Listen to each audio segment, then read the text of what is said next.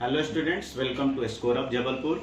मेरा नाम है राहुल सिंह। अभी जुलाई मंथ चल रहा है और जब भी कोई बच्चा, कोई भी स्टूडेंट 9th से 10th में जाता है तो अप्रैल में उनकी सेशन होती है। अप्रैल के बाद मई जून छुट्टी रहती है, समर वेकेशंस। उसके बाद जुलाई में जैसे ही आते हैं तो स्कूल में टीचर्स पूछते हैं कि आप बेसिक और स्टैंडर्ड में कोई भी एक सब्जेक्ट चूज करिए। अब ये प्रॉब्लम ये रह रही है कि भाई हम बेसिक मैथ्स है क्या, स्टैंडर्ड मैथ्स है क्या, हमको उसकी जानकारी होती नहीं है। और जिसके कारण हम या तो बेसिक ले लेते हैं जिससे बाद में प्रॉब्लम होती है, स्टैंडर्ड ले लेंगे तो उसका लेवल हाई होता है, उससे भी बाद में प्रॉब्लम होती है।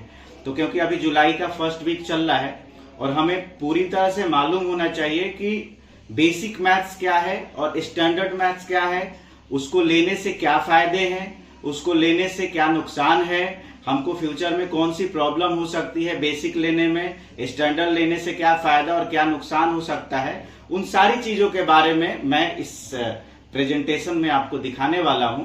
तो आइए स्टार्ट करते हैं ये प्रेजेंटेशन। तो आइए स्टार्ट करते हैं और समझते हैं कि स्टैंडर्ड्स और बेसिक मैथ्स में बेसिक डिफरेंस क्या है। तो इसमें हम कुछ टॉपिक्स कवर करने वाले हैं। पहली टॉपिक होगी कि difference between basic and standard mathematics, मतलब कि बेसिक मैथ्स और स्टैंडर्ड मैथ्स में अंतर क्या है। दूसरा टॉपिक है syllabus for basic and standard maths, इनका सिलेबस क्या है। तीसरा कि what if I fail in exam, अगर आप बेसिक के एग्जाम में फेल हो जाते हो या फिर स्टैंडर्ड के एग्जाम में फेल हो जाते हो तो आगे क्या होगा, कैसे हम निकलेंगे, 10th क्लास कर पाएंगे कि नहीं कर पाएंगे। ठीक है। अगली टॉपिक है streams of class 11th and 12th। जैसे अभी आपको प्रॉब्लम हो रही है कि हम बेसिक चूज करें कि स्टैंडर्ड, उसी तरह से हम 11th क्लास में जाएंगे तो हमारे सामने एक और क्वेश्चन रहेगा कि हम कौन सा सब्जेक्ट लें, और वो डिपेंड करेगा बेसिक और स्टैंडर्ड पे। इसलिए ये टॉपिक आज ही कवर करेंगे कि 11th-12th में हम कौन कौन से सब्जेक्ट ले सकते हैं। अगली है what should I choose, basic और स्टैंडर्ड। इसमें मैं अपना पर्सनल व्यू दूंगा कि आपको बेसिक लेना चाहिए कि स्टैंडर्ड, आपके हिसाब से। और अगला है answers of some common question, कुछ कॉमन क्वेश्चंस हैं जो आपके दिमाग में होगा और उसको क्लियर हम कराएंगे। आइए देखते हैं पहला topic, difference between basic and standard maths. तो बेसिक मैथ्स में जो क्वेश्चंस आते हैं, पहला तो इसका लेवल लो रहेगा। क्वेश्चंस आएंगे एनसीईआरटी से, एनसीईआरटी के एग्जाम्पल से। लेकिन कुछ बच्चे ये सोच रहे होंगे कि एनसीईआरटी विथ एग्जाम्पल्स कर लिया तो हम बेसिक में 100% मार्क्स लाएंगे, जो कि ये बिल्कुल गलत है। जिस तरह से स्टैंडर्ड मैथ्स का एक सैंपल पेपर इशू होता है, सीबीएसई भी करती है, उस्वाल भी करते हैं और भी बहुत सारे पब्लिकेशंस करते हैं। तो बेसिक्स का भी करते हैं और स्टैंडर्ड्स का भी करते हैं। तो स्टैंडर्ड मैथ्स का अलग सैंपल पेपर है जिसका हायर ऑर्डर थिंकिंग क्वेश्चन रहेंगे और बेसिक का अलग होता है। तो सैंपल पेपर तो आपको प्रैक्टिस दोनों में करनी है। लेवल इसका लो रहेगा, लेकिन वहीं स्टैंडर्ड में देखिए तो आपको एनसीईआरटी, उसके एग्जाम्पल्स और उसके बाद एनसीईआरटी एग्जाम्पल्स करने के बाद उसके ऑप्शनल एक्सरसाइजेज और एक एग्जाम्पलर आता है सीबीएसई का, उसका भी सॉल्यूशन आपको करना है। साथ साथ उस्वाल के और सीबीएसई इशू वो मैं प्रोवाइड करा देता हूँ एग्जाम के 2 महीने पहले। ठीक है, वो करना है, उस सैंपल पेपर को स्टैंडर्ड का करना है।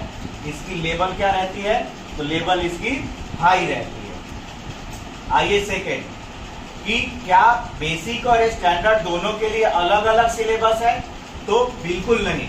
बेसिक और स्टैंडर्ड के लिए सिलेबस एक ही है। अगर 2.3 इस बार डिलीटेड है तो डिलीटेड है, अब वो चाहे बेसिक हो चाहे स्टैंडर्ड। कंप्लीटिंग द स्क्वायर अगर डिलीटेड है, एक्सरसाइज 3.6 डिलीटेड है, तो दोनों के लिए डिलीटेड है। किसके लिए, बेसिक के लिए भी डिलीटेड है और स्टैंडर्ड के लिए भी डिलीटेड है। आप समझ रहे हैं कि नहीं समझ रहे हैं। अगली चीज कि streams of class 11th and 12th, this is the most important topic, we will cover it. देखिए, जब आप 11th क्लास में जाओगे तो 3 अलग अलग स्ट्रीम्स मिलेंगी। पहला साइंस, दूसरा कॉमर्स और तीसरा आर्ट्स। ठीक है, यहाँ पे बिल्कुल कहना गलत है कि साइंस बेस्ड है, आर्ट्स गलत है, खराब है और कॉमर्स उससे कम है, ये बिल्कुल नहीं होता है। क्योंकि मैं देख रहा हूँ कि बहुत सारे इंजीनियर्स जो साइंस से पढ़ रहे हैं और डॉक्टर जो 50-60 हज़ार रुपये कमा रहे हैं लाइफ, और आर्ट्स के प्रोफेसर हैं जिनकी 2-2 लाख 1.5 लाख रुपए सैलरी है। तो सब्जेक्ट कोई खराब नहीं होता है। दिल्ली में ऐसे यूनिवर्सिटीज हैं जहाँ पे आर्ट्स वाले की एडमिशन 98% से ज़्यादा में होती है। तो ये तीनों स्ट्रीम्स आपस में एक दूसरे मतलब इम्पोर्टेंट है, कोई हल्का नहीं है। ठीक है, अगर आपको साइंस में जाना है तो साइंस में 2 आता है, आपको डॉक्टर्स बनना है कि इंजीनियर्स बनना है।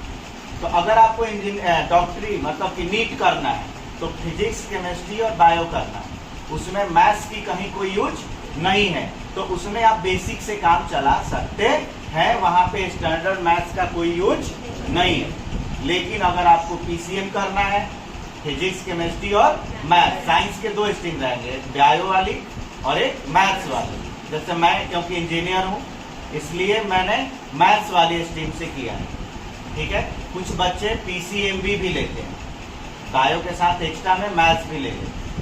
तो अगर आपको पीसीबी करना है तो मैथ्स की रिक्वायरमेंट नहीं है, लेकिन साइंस में अगर पीसीएम चाहिए तो उसके लिए स्टैंडर्ड मैथ्स की जरूरत 100% है। बिना स्टैंडर्ड मैथ्स लिए आप नहीं कर पाओगे। दूसरा कॉमर्स, कॉमर्स में भी सेम चीज होती है। कॉमर्स में सीए सीएस की एग्जाम होते हैं। ठीक है, चार्टर्ड अकाउंटेंट बनना है तो कॉमर्स की फील्ड की है, तो उसमें विथ मैथ्स होता है और विदाउट मैथ्स होता है। तो अगर विथ मैथ्स करोगे तो you should have standard mathematics, और अगर विदाउट मैथ्स कॉमर्स करना है तो हमको क्या करना है, बेसिक से काम चल जाएगा। लेकिन आर्ट्स के लिए कोई स्टैंडर्ड मैथमेटिक्स की जरूरत नहीं है, बेसिक से काम चल जाएगा। इतने डिस्कशन से अगर देखें कि अगर आपको 11th क्लास में या तो पीसीएम लेना है या फिर कॉमर्स लेना है मैथ्स के साथ, तो आपको स्टैंडर्ड मैथमेटिक्स की जरूरत है। अदरवाइज आप बेसिक से बाकी सारे स्ट्रीम काम कर सकते हैं, ले चूज कर सकते हैं। Got it? देखिए एक चीज और है कि अगर आप स्टैंडर्ड से पढ़ रहे हो तो ऐसा नहीं है कि आपको पीसीबी नहीं मिलेगा। स्टैंडर्ड वाले के वो 5 मिल सकते हैं, पीसीएम भी, पीसीबी भी, कॉमर्स विथ मैथ्स भी, कॉमर्स विदाउट मैथ्स भी और आर्ट्स भी। लेकिन बेसिक वालों के लिए, उनके लिए दिक्कत है, उनको मैथ्स वाला साइंस नहीं मिलेगा और मैथ्स वाला कॉमर्स नहीं मिलेगा। बात समझ में आई कि नहीं आई? तो आगे बढ़ते हैं। अगला है कि what if I fail in 10th exam. मान लीजिए किसी बच्चे ने स्टैंडर्ड ले लिया फ्लो में आके, ठीक है, और वो फेल हो गया। ठीक है, तो जैसे रिजल्ट डिक्लेयर होता है उसके 1-1.5 महीने के अंदर में एक कंपार्टमेंट एग्जाम होता है। तो स्टैंडर्ड वाले को लगता है कि नहीं हम स्टैंडर्ड में कंपार्टमेंट में भी फेल हो जाएंगे, तो उसके पास ऑप्शन है क्या, तो स्टैंडर्ड वाला जो है उसके लिए मैथ्स का जो स्टैंडर्ड वाला है या तो स्टैंडर्ड का कंपार्टमेंट दे दे या फिर बेसिक का कंपार्टमेंट दे दे। उसको लगता है कि नहीं हम अब स्टैंडर्ड नहीं निकाल पाएंगे, तो क्या करे हो, उसी समय कंपार्टमेंट के रजिस्ट्रेशन में क्या कर दे, फॉर्म भरे तो बेसिक वहां पे चेंज कर सकते हैं। अगर आपने अभी स्टैंडर्ड चूज कर लिया और बाद में जाके फेल हो गए तो आप उस समय कंपार्टमेंट एग्जाम दोगे तो आप उसमें बेसिक भी कर सकते हो। लेकिन अगर बेसिक वाला है और अगर बेसिक वाला बच्चा फेल हो गया तो उसको स्टैंडर्ड देने नहीं मिलेगा, उसको बेसिक ही देने पड़ेगा। बात समझ में आई कि नहीं आई? लेकिन एक चीज इसमें और मैं बढ़ा के बताऊंगा कि मान लीजिए अभी हमने, मुझे लगा कि हम बेसिक ही कर सकते हैं और हमने बेसिक चूज कर लिया, ठीक है, लेकिन जब हम आगे बढ़े 11th क्लास में गए और हमने देखा कि हमने 10th में बहुत हार्डवर्क किया और हमको मैथ साइंस लेना है, चाहे मैथ्स विद कॉमर्स लेना है, लेकिन हमने पढ़ लिया किससे, बेसिक से, तो अब तो हम ले नहीं सकते। तो वहाँ भी एक ऑप्शन है कि नेक्स्ट आप पास भी हो गए हो, अच्छे मार्क्स भी लाए हो, फिर भी आप कंपार्टमेंट भरिए और उस कंपार्टमेंट में आप बेसिक में अच्छे मार्क्स लेके पास हुए हो लेकिन मैथ साइंस लेना है या फिर कॉमर्स मैथ्स वाला लेना है, तो उसमें आप क्या करिए कि कंपार्टमेंट दीजिए स्टैंडर्ड का, दे सकते हैं। क्या करिए, स्टैंडर्ड का कंपार्टमेंट दीजिए, वहां से पास हुई और डायरेक्ट मैथ साइंस या कॉमर्स साइंस मैथ कॉमर्स में जा सकते। तो अगर अभी गलती भी हो गई बेसिक में और आगे लगता है कि हमको करना है, तो ये आपके पास ऑप्शन है। नेक्स्ट, अब आपके हिसाब से कि हमें क्या चुनना चाहिए, इतनी डिस्कशन हुई, तो अगर आपको मैथ साइंस के साथ, ठीक है, और या फिर कॉमर्स विथ मैथ्स करना है, ठीक है, तो और कॉन्फिडेंस खूब है आपके पास, तो आप मैथ स्टैंडर्ड लीजिए, बिल्कुल इजी होता है। मैं प्रॉमिस कर रहा हूं कि मैं अच्छे मार्क्स दिलवाऊंगा, 95 से ज़्यादा। लेकिन अगर आपको बायो करना है, प्लेन बिना कॉमर्स करना है, विदाउट मैथ्स वाला, तो आप क्या करना है, आपको अच्छा आर्ट्स में जाना है तो आप बेसिक ले सकते हैं, और इट्स बेटर कि आप आर्ट्स में जाना है तो आर्ट्स वाली टॉपिक पे और उस सब्जेक्ट पे ज़्यादा ध्यान दें, ठीक है। मैं क्या सजेस्ट करूंगा, तो मैं तो यही सजेस्ट करूंगा कि अगर आपकी मैथ्स स्ट्रांग है, अगर आपकी मैथ्स स्ट्रांग है, तो आप तो स्टैंडर्ड मैथ लीजिए, क्योंकि ये एवरग्रीन होता है। क्या होता है, ये एवरग्रीन होता है। जैसे मैकेनिकल इंजीनियरिंग में जाओगे तो मैकेनिकल इंजीनियरिंग जो मैंने किया है उसको बोलते हैं एवरग्रीन मैकेनिकल। सिविल इंजीनियरिंग को बोलते हैं रॉयल सिविल। तो उसी तरह से यहाँ पे स्टैंडर्ड मैथ्स क्या है, एवरग्रीन। उसके बाद हम डिसाइड करेंगे कि हमको क्या करना है। लेकिन अगर मैथ्स आपका स्ट्रांग नहीं है तो फिर आपका रिजल्ट भी खराब हो जाएगा। कॉन्फिडेंस है, मैथ्स पे कॉन्फिडेंस है और हम लगता है कि हम कर लेंगे और मेहनत कर लेंगे, तो आप स्टैंडर्ड चाहिए, वो एवरग्रीन है। कॉन्फिडेंस नहीं है और आगे हमको मैथ साइंस लेना भी नहीं है, तो बेसिक लीजिए। क्लियर कि नहीं? अब एक दो और सम कॉमन क्वेश्चंस हैं कि क्या हम दोनों ले लें, मैथ्स और स्टैंडर्ड भी ले लें, बेसिक भी ले लें? तो नहीं, आपके पास बस एक ऑप्शन है, या तो स्टैंडर्ड लो या फिर बेसिक। अगर स्टैंडर्ड में फेल हो जाते हो तो आगे कंपार्टमेंट में बेसिक दे सकते हो, और चाहे स्टैंडर्ड का भी, आप दोनों में से स्टैंडर्ड में हो तो स्टैंडर्ड के लिए स्टैंडर्ड का भी कंपार्टमेंट दे सकते हो, बेसिक का। लेकिन बेसिक में हो तो बेसिक का ही कंपार्टमेंट दे सकते हो।